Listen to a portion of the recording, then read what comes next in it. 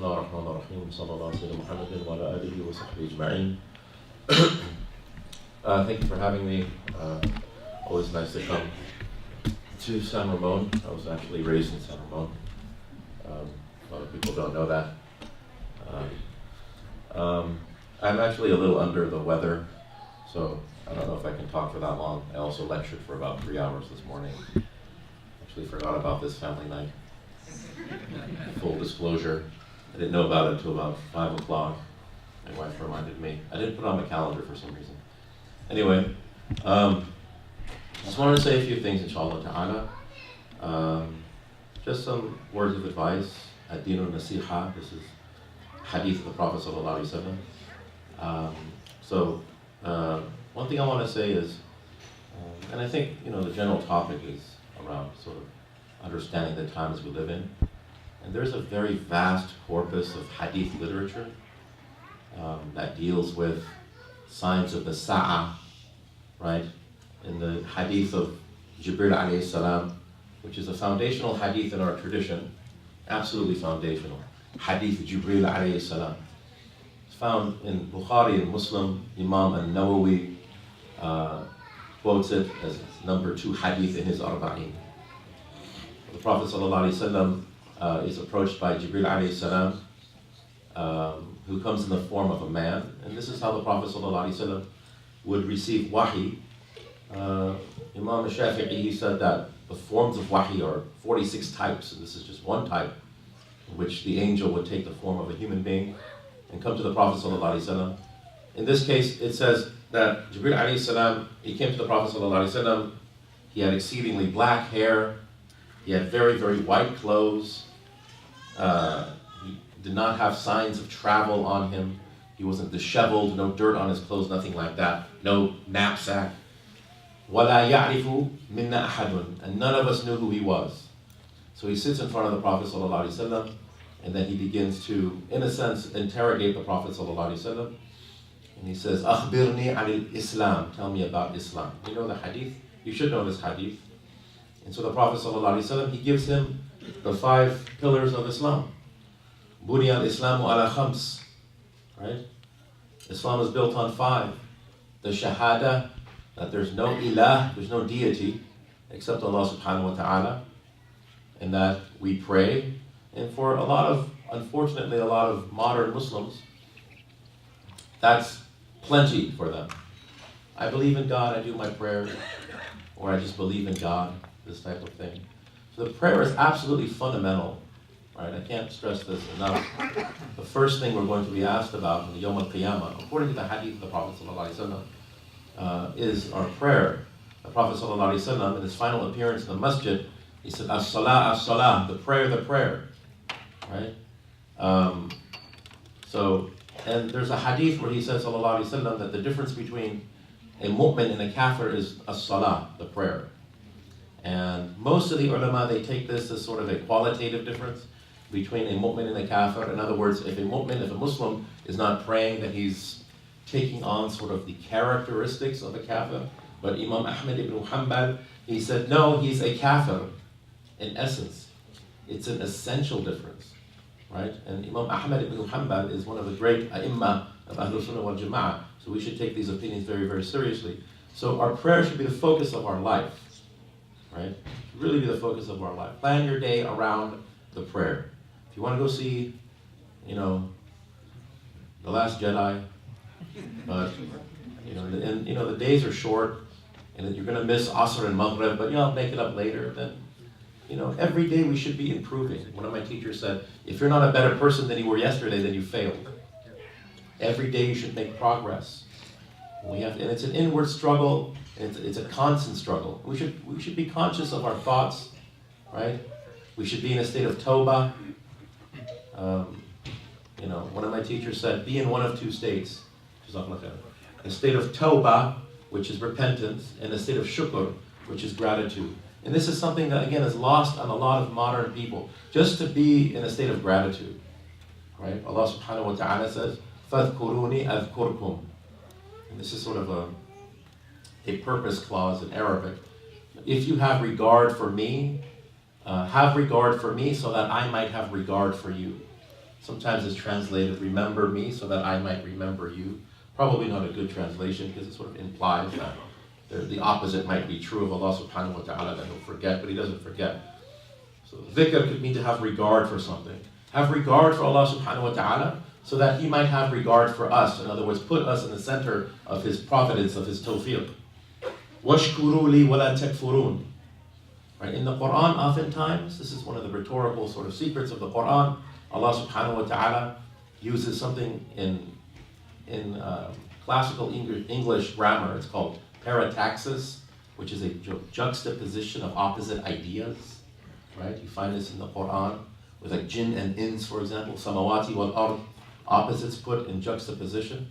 So the ulama say this is what's happening in this part of the ayah. وَاشْكُرُوا لِي وَلَا تَكْفُرُونَ. Have shukr, be grateful to me, and do not disbelieve in me. So then kufr and shukr are opposites. You see? Kufr and shukr are opposites. In other words, to be ungrateful is a form of kufr to Allah subhanahu wa ta'ala, is a form of disbelief. Right? So one of the ways in which we manifest shukr or gratitude to Allah subhanahu wa ta'ala, who is ash-shakir, is one of his names, ash-shakur. Allah subhanahu wa ta'ala is the one who appreciates service. Right? So this is one of the names of Allah. When we manifest the attribute of ash-shakir, it means we are thankful to Allah. But the shakur is the one who thanks Allah even when he's deprived. This is a higher level of shukr. Right? Because ultimately Allah subhanahu wa ta'ala knows what's good for us. And according to our limited wisdom, we might think, well, that thing was good for me. Why didn't Allah give it to me? But this is imputing upon Allah subhanahu wa ta'ala our own sense of reason. Allah subhanahu wa ta'ala's hikmah is infinite and absolute. In reality, we don't know what is ultimately good for us. Something that ostensibly is seen as evil from our perspective or unjust might actually be something that's good for us in the sort of long run. Because Allah subhanahu wa ta'ala is outside of time. Right? He created time. He's not in time. He transcends space-time and matter. So the shakur is the one who thanks Allah even when he's deprived and even in times of adversity. أَفَلَا أَكُونُ عَبْدًا شَكُورًا.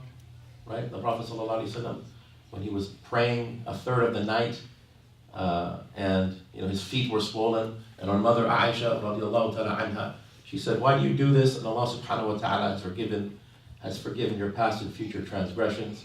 And a transgression of a prophet is completely different than a transgression of one of us. We don't have time to go into that. It's a theological issue. But his response was, أَفَلَا أَكُونُ عَبْدًا شَكُورًا. Shall I not be a grateful servant? And he uses shakur. One who's constantly in the process of thanking Allah subhanahu wa ta'ala in any state.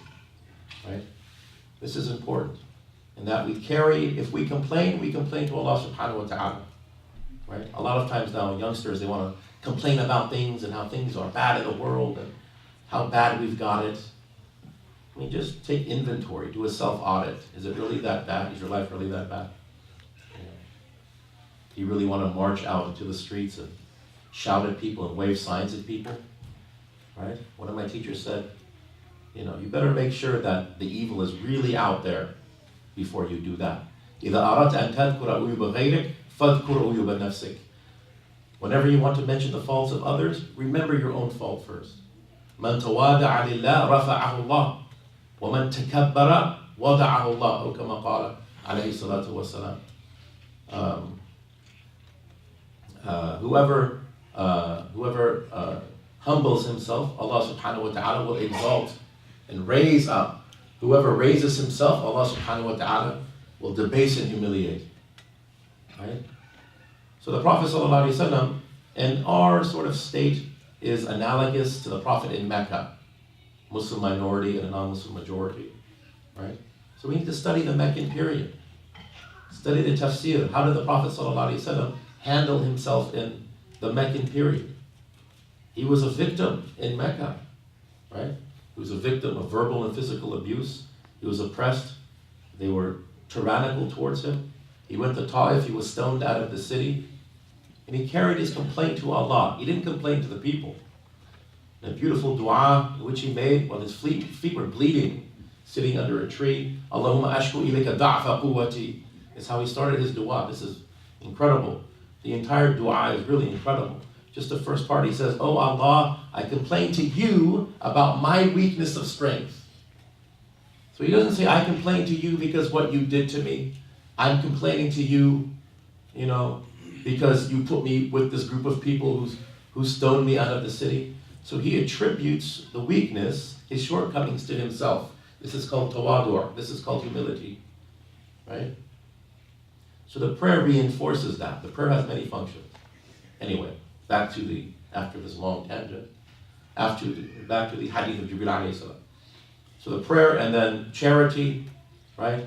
Hajj and fasting. These are the 5 pillars. And then Jibril alayhi salam says to him, "Tell me about Iman." So the Prophet sallallahu alaihi wasallam, he tells him the 6 articles of faith. And then tell me about Ihsan, spiritual excellence, if you will, or goodness. And he said to worship Allah subhanahu wa ta'ala as if you can see him. كَأَنَّكَ تَرَاهُ. And if you can't see him, you should be cognizant or fully aware that indeed he sees you. That Allah subhanahu wa ta'ala sees you. Right? This is ihsan. And then the hadith continues. فَأَخْبِرْنِي عَنِ السَّاعَةِ. Tell me about the sa'a. Right? Tell me about the hour. Al-mas'ulu, he says, مَنْ مَسْئُولُ عَنْهَا بِأَعْلَمَ مِنَ السَّائِلِ. The one being questioned knows no more than the questioner. No one knows the sa'a. So whoever gives you a date, that person is a liar. Some years back, there was a Christian preacher who said, what did he say? May 21st, 2012. And then people, they sold their entire life because they thought they were going to be raptured into heaven. And then he said, "Oh, you know what? I miscalculated. It's actually in October. So we can have the summer." When October comes around, it's not happening. I'm going to stop predicting. So no one knows the sa'a, right? The Prophet ﷺ, he said, "I don't know. The one being questioned knows more than the questioner." So he said, "Tell me about its portents and amaratiha." So the Prophet ﷺ, he mentioned a few things. The first thing he mentioned in the hadith of Jibreel, he said, "An talidu al-amatu rabbataha," that a girl will give birth to her master or mistress. A girl will give birth to her master, which is very interesting, right? This idea of empowering children, this idea that there's the just or the ideal society is one in which there is absolutely perfect egalitarianism, that hierarchical structures are seen as oppressive. And this is a kind of philosophy that's sort of being pumped out of American universities, in the academy. Right? Our children that go to these colleges are being taught an epistemology known as postmodernism, that every type of traditional society or belief system is inherently oppressive. This is what they're taught. Right? You take a philosophy class, you take a psychology class, you take an English class, it's almost unavoidable. Every type of traditional belief system, every type, is inherently tyrannical and oppressive, and it must be taken off the face of the earth, and we need to rebuild society again. Even traditional religious values are seen as oppressive. They study people like Nietzsche, a German philosopher, whom Hitler made the official philosopher of the Third Reich. Nietzsche said that compassion is a vice. Compassion is bad for you, right? Which is interesting because this is the core virtue in our tradition, is compassion, is rahman, right? Ar-rahimuna yarhamuhum ar-rahman, irhamu man fil ard, yarhamukum man fis sama, yarhamukum man fis sama. That the most compassionate shows compassion to those who show compassion to those on earth, and the one in heaven, in no anthropomorphic way, and the one in heaven will show you compassion. Absolutely fundamental, right? And so our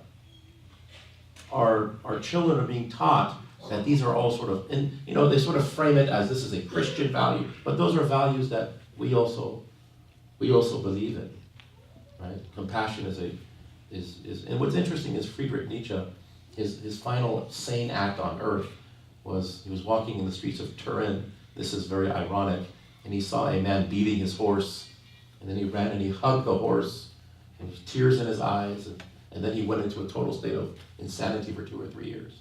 Very ironic that his final act on earth was an act of compassion, right? But this is what we need to do. We need to get rid of these religious, these archaic, these old-fashioned values, and come up with our own values, right? So we need to destroy what they call the patriarchy. This is how they refer to it, especially third-wave feminists, right? The patriarchy's gotta go. What's the patriarchy? Who's the patriarch? Ibrahim alayhi salam. So they're taught a narrative. Here's the narrative.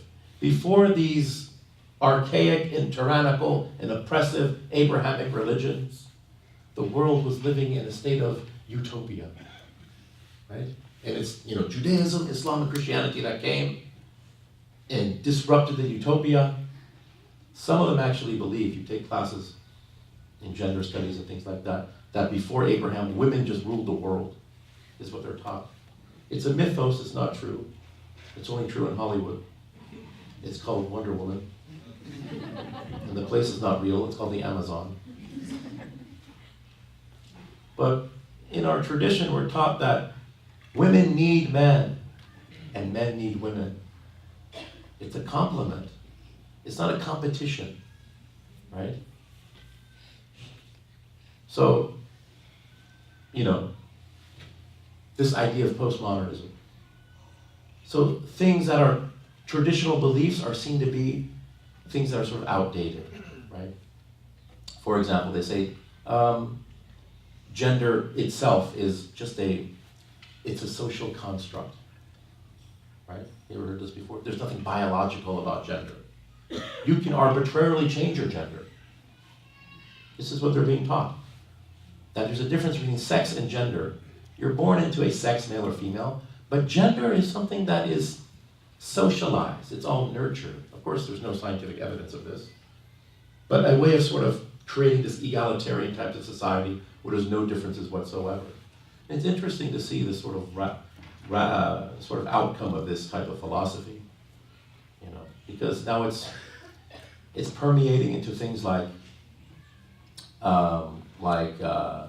college sports or professional sports. If you can just arbitrarily change your gender, I can wake up tomorrow and I can say, you know what, I'm a woman today. And I'm going to play on the women's basketball team. Of course, I'd still be terrible. So I'm not a very good basketball player. But imagine someone like LeBron James decides, I actually like a woman. And then he joins the WNBA. They'll say, yeah, he's a woman. There's no such thing as gender. That's what they say. And a lot of children, they have what's known as gender dysphoria, right? So children, because Sayyidina Ali said that childhood is a type of junun, it's a type of insanity. That's why they're children. They need to be manipulated, for lack of a better term. So children, many of them start acting like the other gender. And you have these parents who say, yeah, these are now our teachers. Johnny wants to be a girl. I'm old-fashioned. Johnny knows what he's doing. These are now our teachers. This is your teacher? The same kid who put on Mickey Mouse ears and now he wants to be a girl? So what if your child wants to be a mouse? You're going to give them mouse hormones? No. The intellect is not developed, but you have parents that are now giving their children, hormone therapy that's sterilizing them.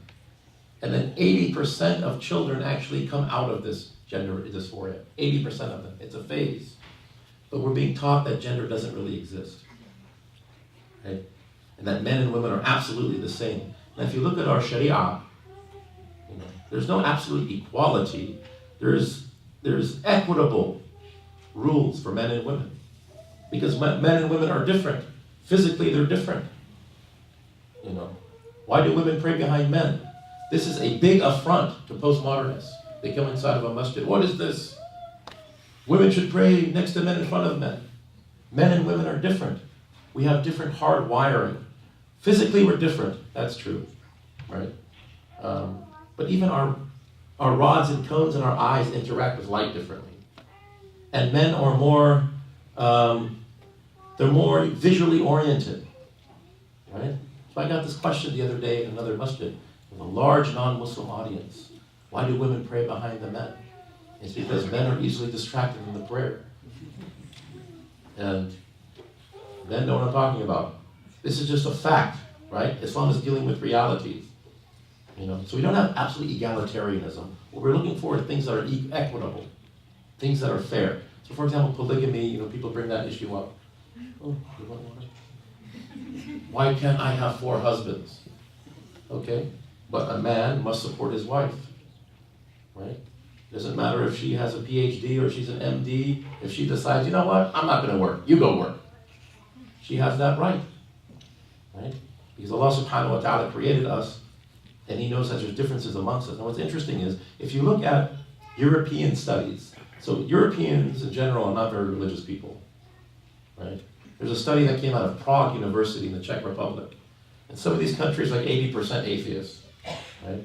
And they're very homogenous. Basically, you have a bunch of tall white people, right? So you can't sort of go, well, there's religious baggage, there's cultural baggage. People are basically the same. This is interesting study, Charles University in Prague, where they found that amongst married couples, when one spouse is dominant in the relationship, and dominant, not dominant in the sense of oppressive, dominant in the sense that they sort of have the final say on things, right? They found that in those relationships, they have more children and they're much happier than when you have 2 dominant spouses competing for power. The study also found you can't blame religion. These are not religious people. You can't, this is, some Middle Eastern cultural baggage. No, these are people that live in the Czech Republic, right? They found that 78% of those relationships were male-dominated. So it's interesting. You have studies done by non-Muslims, by people who are not religious, that demonstrate, the data proves, that when a man is dominant in the relationship, those couples tend to be happier. الرجال قوامون على النساء. This is sort of the normal state of human beings.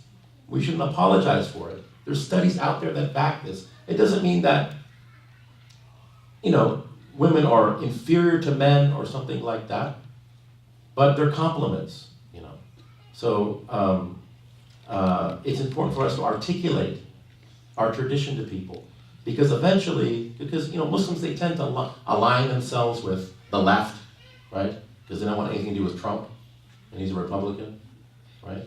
But if you look at our religious beliefs, you look at our values, we probably have more in common, when it really comes down to it, with Sarah Palin than we do with Hillary Clinton.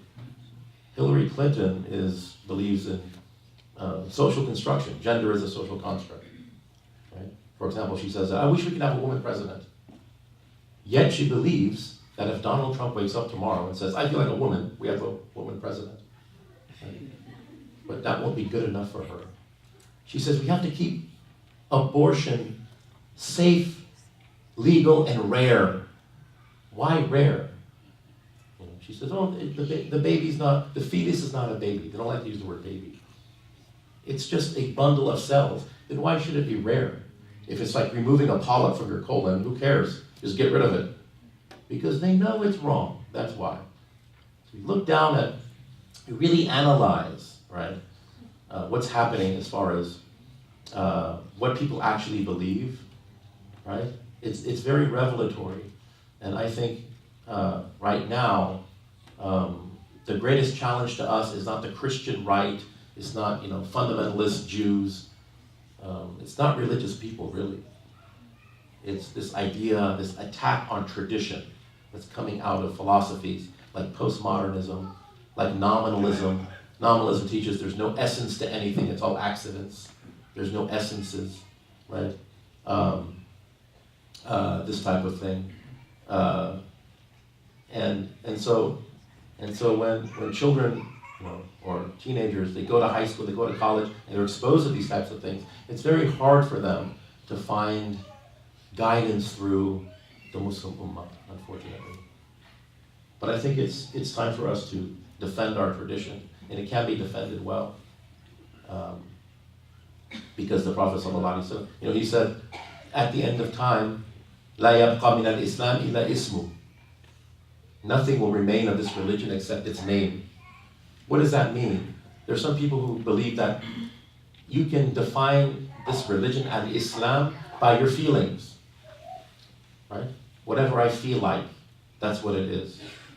Well then, how do you interpret this hadith? Nothing will remain of the religion except its name. This hadith indicates there's a normative definition of Islam. And there's something else postmoderns don't believe in. Something normative, something orthodox. Right? There's nothing normative, they say. There's nothing normal, they say. Right? This hadith indicates there's a normative definition. It's not defined by our feelings. It's defined by Allah and His Messenger. So there will come a time when people will say, I'm Muslim, but there's nothing Islamic about them. Because they've redefined the religion. Right? Sometimes we have to use secular arguments, because you appeal to scripture, it's fallacy. It's an appeal to unqualified authority. Somebody says to you, for example, why don't you agree with homosexuality? You say, well, the Quran says that it's a sin. Well, I don't believe in some text that was written, thousands of years ago. It's important for us to use secular type arguments according to the CDC, the Center of Disease Control. And I apologize in advance. 1/3 of gay men are incontinent. You can look that word up later. 50,000 people every year get HIV. 78% of them are 2% of the population. That is completely unacceptable. And that is an epidemic, and that's absolutely insane when you think about that. Facts from the CDC. Facts hurt your feelings. I don't care. Those are facts. We can have a good discussion about them. But this is what it is. And we shouldn't apologize for our faith, because we believe that our faith, and people sometimes they want us to use sort of their terminology for things, right? We have to respect their tradition, but why isn't our tradition respected? Like this whole movement about gender pronouns. People not picking their own pronouns. Apparently there's more than 2 genders, there's more than 2 types of pronouns. You go to some of these classes, and they say, what pronoun do you prefer? Excuse me? What pronoun? What are the choices? He, she, she, he, thee, they. What? Oh, I didn't know that. And they enforce it upon you. Have to use my pronoun. Well, so I have my own religious beliefs. I have my own anthropological beliefs about what a human being is, and I believe that there's 2 genders. Right? I'm a gender binarian, if you will. Well, you're a transphobe then. You're racist. You're full of hate. You're a bigot. Why? Because I believe in something. Because I want to uphold my religious beliefs. Right? It's like this one time I was tutoring a student, and she put her hand out to shake my hand, and I just put my hand over my heart. And I said, "Oh, I don't shake hands with women." And she said, "What?" And she said, "I'm so offended."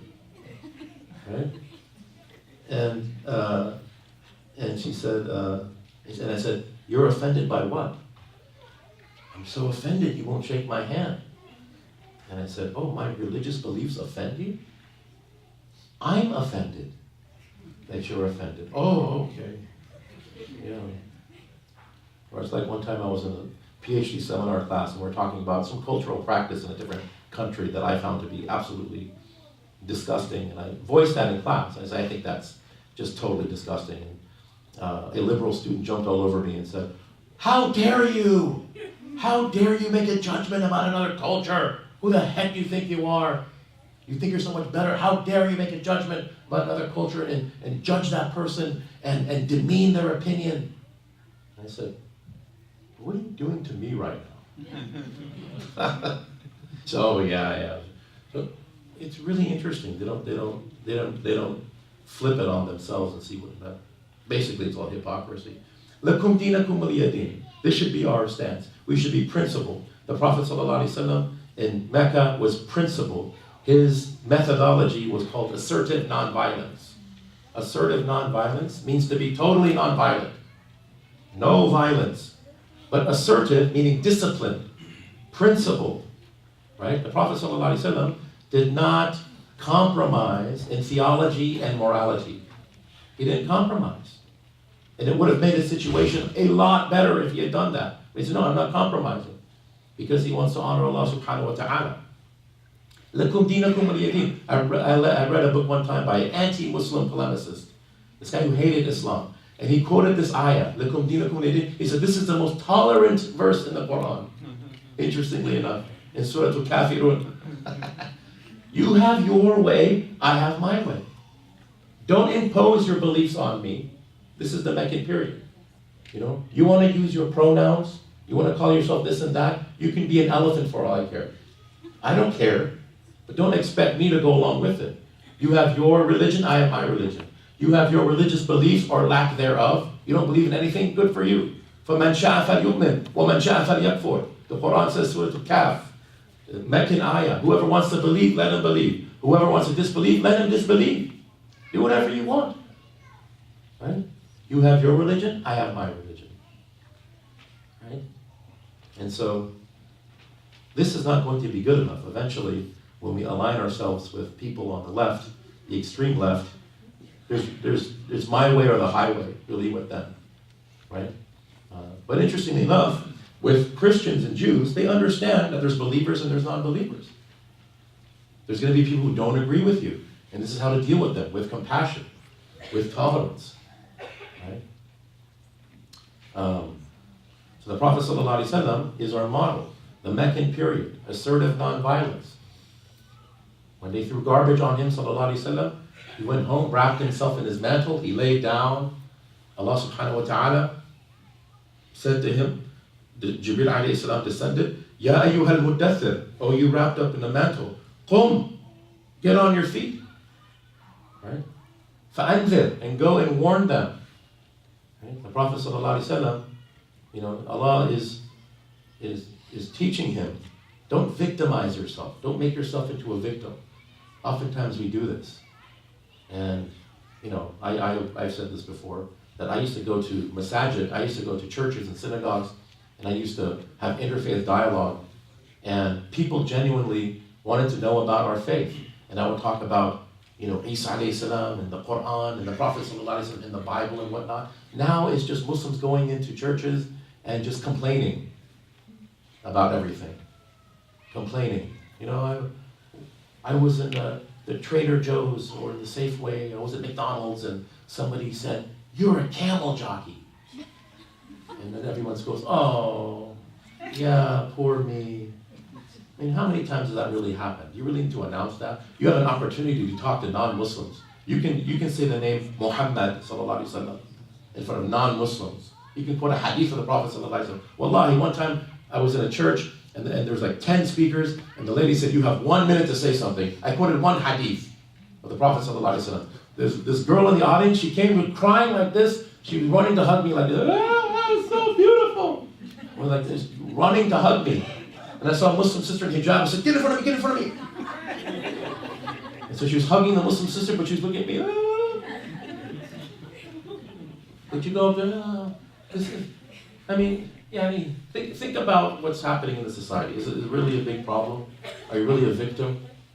I'll tell you right now, I've been to many Muslim majority countries, and I've experienced more racism in some of these countries. I've been barred from going into places, literally, in Muslim majority countries.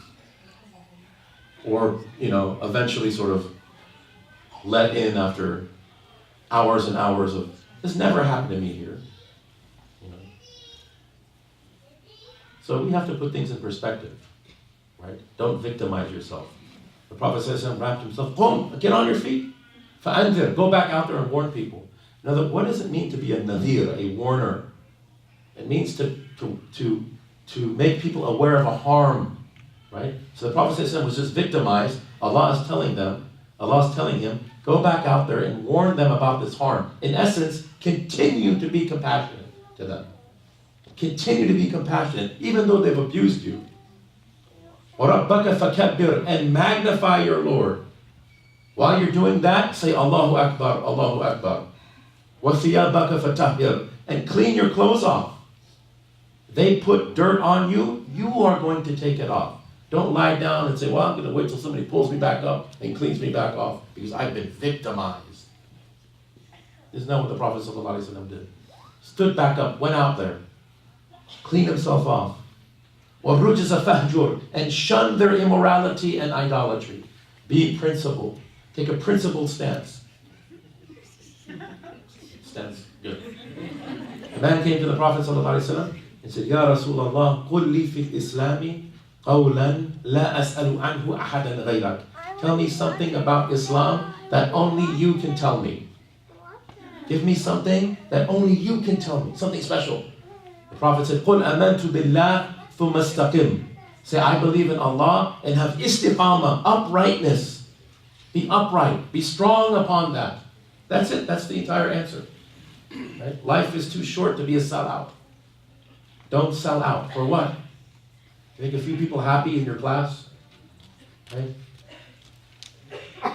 So, be wary of different types of philosophies and teachings that our children might be exposed to, in now even in high school, right?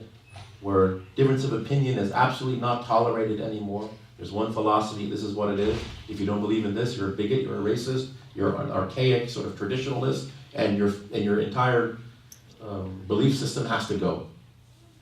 Right? So we should be able to reason with that.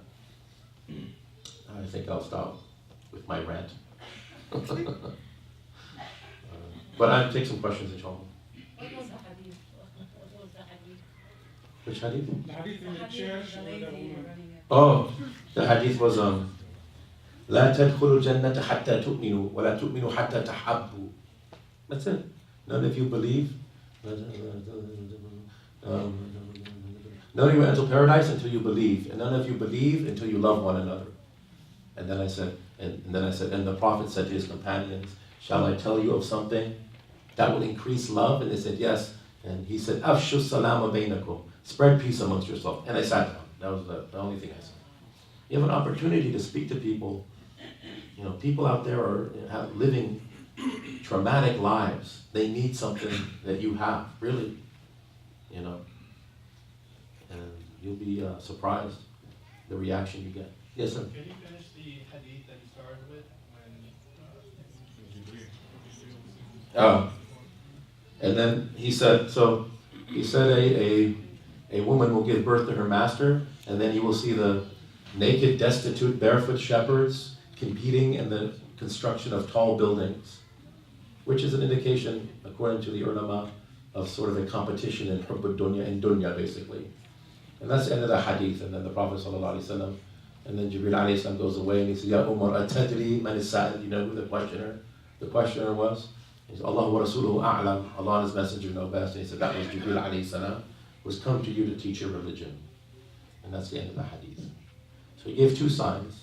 One of them, according to the ulama, will happen quickly, like huquq al-walidain, right? Filial recalcitrance, disrespect of parents by children. And then the other one is going to come later, down the line. So earlier on you were saying don't really listen to other people's cultures and just kind of stick to your own culture. But why not listen to their culture and point out the flaws and show how your culture is superior? So I said that don't listen to other So people's... you're saying when people would come up to you and say, oh, there should be more than two genders, and you kind of say, let me have my beliefs and you have yours. Why not listen to their beliefs and then point out the flaws to their beliefs? Yeah, you can if you want to. That's what I've been saying is interact with people on the basis of reason and use secular arguments. Don't use religious arguments because they're not going to work with people that don't believe in the sacredness of text. That was my whole point when I pointed out the problem with homosexuality. The social impact of that is detrimental to society. So giving an answer of, I just don't believe in it because the Quran says so, that's fine for you. But that's not going to work for the other people, for the other person. And if you don't want to talk to the other person, that's fine also. You don't have to say anything, right? But I think we need to have, like they bring conservative speakers, for example, to UC Berkeley, and then people show up and they riot and they break windows. Let them speak. And you can just bring your speaker and they can refute their points, right? Stopping someone's speech is not the right answer, right? It's fundamentally opposed to what this country stands for. They say, well, in my opinion, well, your opinion is irrelevant. Let people have their beliefs. Let them do whatever they want, as long as it doesn't break the laws of the country. And then you can lawfully debate their positions, right? But you'll learn a lot from people that you think you disagree with. And this is very difficult for the youth, to have the discipline to listen to someone who has a difference of opinion. It's very hard. The Prophet ﷺ, is actually a hadith that says part of a person's muru'ah, or maturity, is listening to a different opinion and not interrupting that person. It's a function of a person's maturity, right? Because all we do now, for the most part, is ad hominem. You don't agree with someone? Oh, you're an idiot, or you're a bigot. That's called ad hominem attack, right? It's just an insult. It's not a real argument, right? Or people are so easily triggered now, right? They have these trigger warnings in college. You go into a college, right? You go into a classroom, it's okay, trigger warning, and they make some statement, and then the kids freak out. They have to go to a safe space where there's Play-Doh, you can play video games, because they can't hear another opinion. It's very strange. They actually have these rooms called safe spaces in colleges and universities, where children go and they sort of, they meditate, because I was triggered, there was a microaggression against me, because this person said something that I disagree with. It's a very strange culture now. We should be able to hear different opinions and process them. That's sort of the point of college anyway, is to hear different opinions and be able to deal with them rationally. Yes? What would be the appropriate Islamic response or reaction to hate speech, for example? Reaction to hate speech? Yeah. If you were in the audience and there was a hate speech, what would be the appropriate Islamic? Get up and leave. That's it. Yeah, remove yourself from that situation. Just take leave of them. If you want to make a sort of a silent scene, just kind of go and walk out. Just remove yourself from that situation. Because the problem is, there are a lot of provocateurs out there. In other words, there are people who actually go up on stage and they actually want to produce some sort of reaction from Muslims specifically. So I'll go up there and they'll say some slanderous thing about the Prophet ﷺ. And then a Muslim, of course, goes, oh, and then they'll kind of lose their mind and they'll let anger, and then, oh, look, see, this is what I'm talking about. These people hate our democracy. They hate our First Amendment, right? So don't attend it. If you want to attend, have the discipline to sit there and listen to something, and then write a refutation. The pen is mightier than the sword. So we should be in positions where, use social media, use journalistic avenues, do something, but do it in a way that is tempered, a way that is civil, right? But a lot of these people are just trying to get a reaction. One of the best things we can do is just completely ignore it, just downplay it. It'll just fizzle and go away. The Prophet ﷺ, that's his sunnah in Mecca. When the mushrikeen were slandering him, they were calling him the opposite of the name Muhammad. It sounds like the Prophet's name, but it means the opposite of his name. And the Sahaba were so upset about this.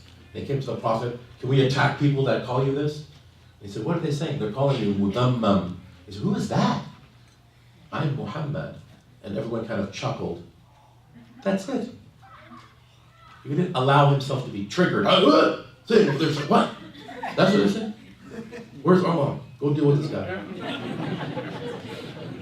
Well, like the Prophet was sitting like this one time, and he's eating something, a non-Muslim woman passed by. She said, this is your Prophet? He eats like an abd, like a slave. Your Prophet eats like a slave? And the Sahaba stopped, and he said, Alastu bi'abd? Am I not a slave? Am I not a slave? Continued with this, that's it? She walked away, everyone laughed at her.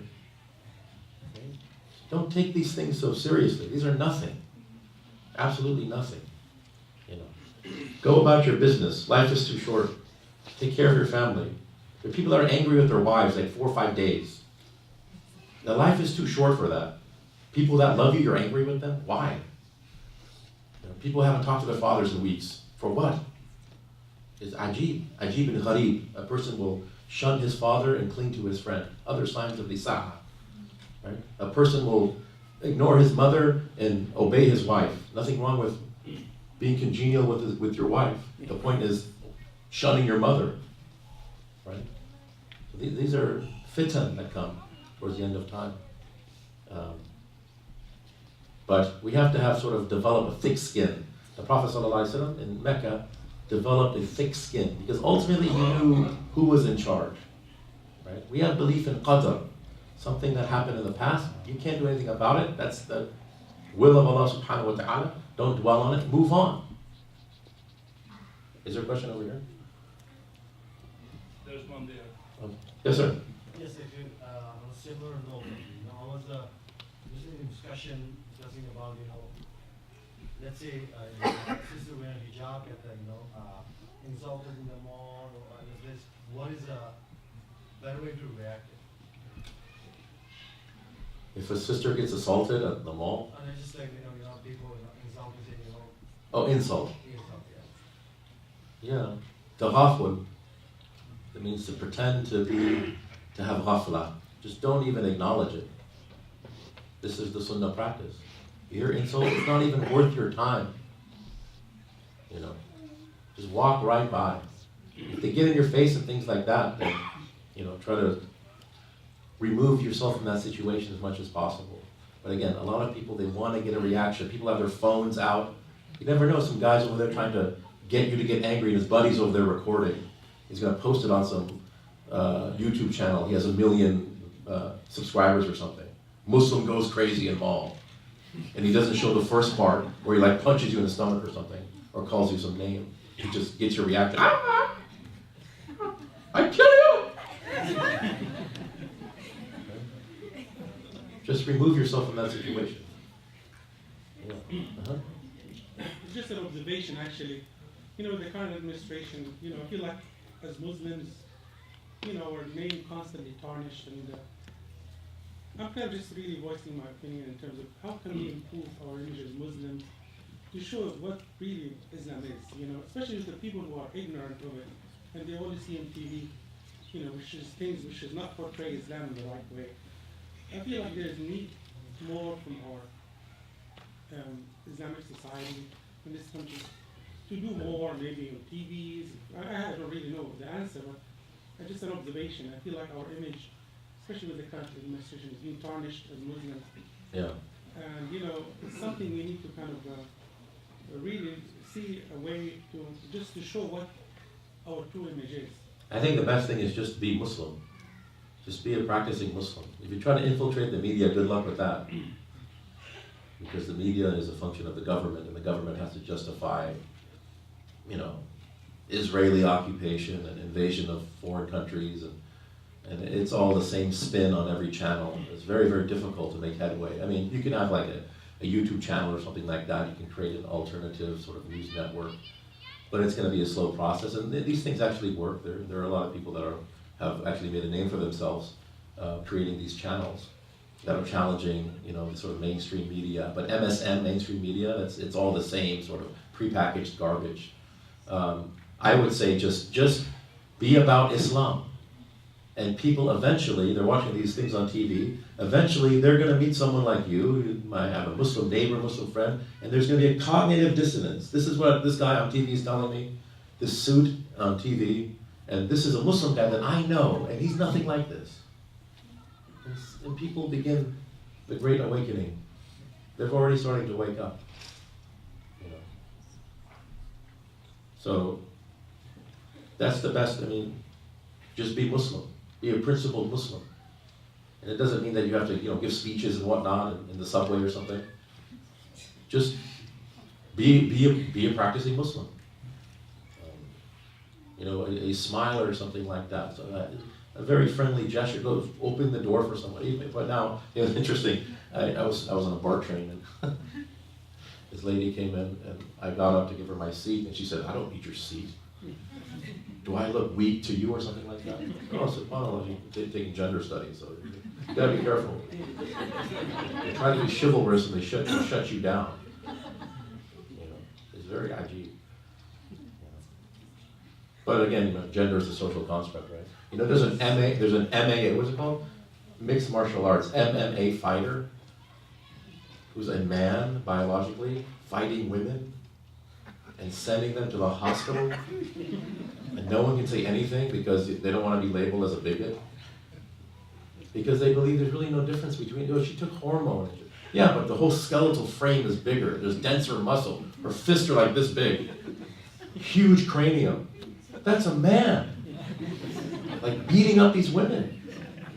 And it's going into the Olympics now. Now you have, you know, track and field people that are born men racing women, completely destroying them. And you see the women in the back who've lost the race, and their face is just like,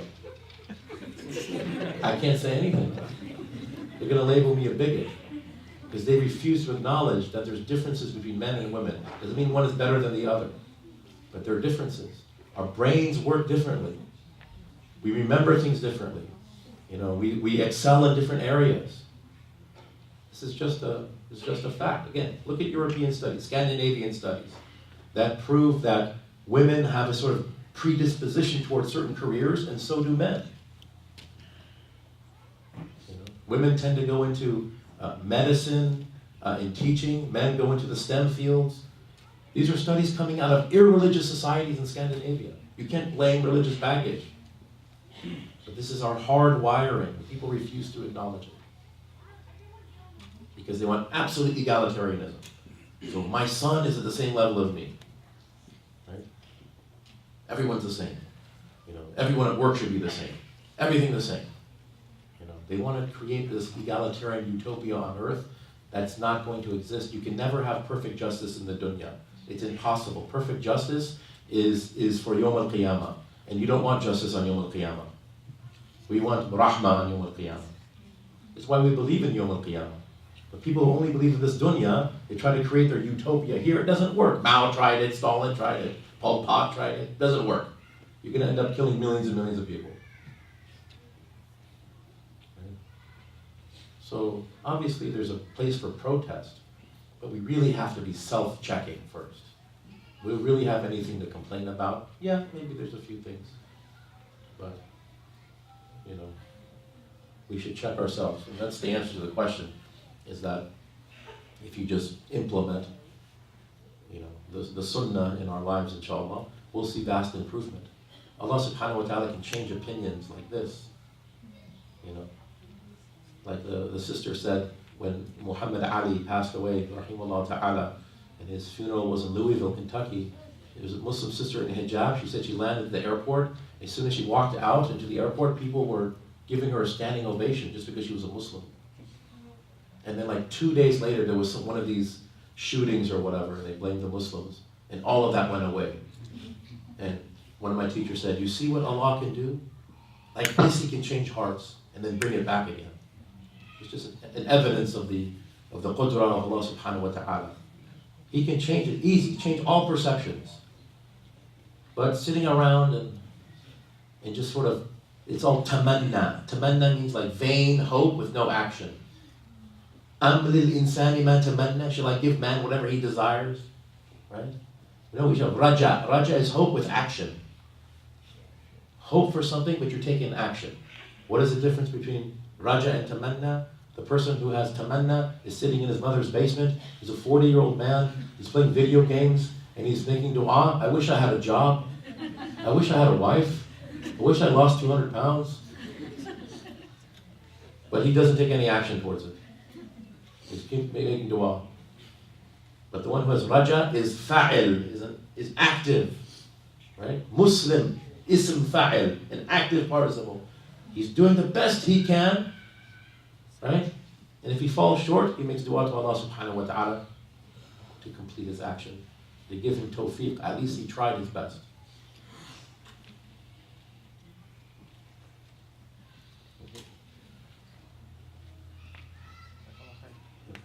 Thank you very much. Jazakallah khair. I'm sorry if I offended people. Actually, I'm not sorry. It's okay. You can take it.